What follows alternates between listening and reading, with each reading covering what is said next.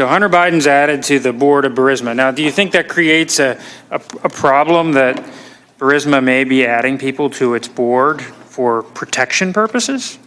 Sir, I work for the government. I don't work in the corporate sector, and so I believe that companies build their boards with a variety of reasons, not only to promote their business plans. Was Hunter Biden a corporate governance expert?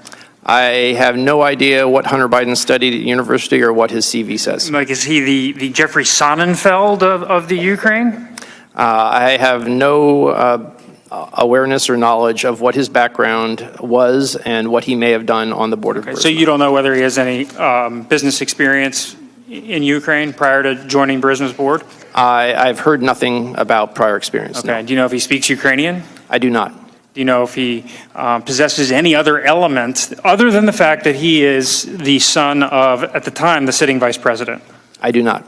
Okay. Ambassador Taylor, do you know whether Hunter Biden offers anything other than the fact that his dad's the former vice president? I don't. Or at the time was the vice president? I have no knowledge of Hunter Biden. But you would agree it raises questions, right? He was getting paid, I think, $50,000 a month to sit on the board. Did you know if he relocated to Ukraine? I'm sorry, Mr. Kessler, say again? Do you know if Hunter Biden relocated to Ukraine? No knowledge. Do you know, Mr. Kent?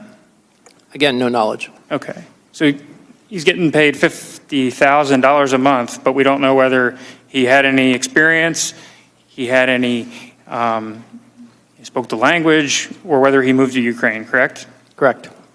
Hey, NBC News viewers, thanks for checking out our YouTube channel. Subscribe by clicking on that button down here and click on any of the videos over here to watch the latest interviews, show highlights, and digital exclusives.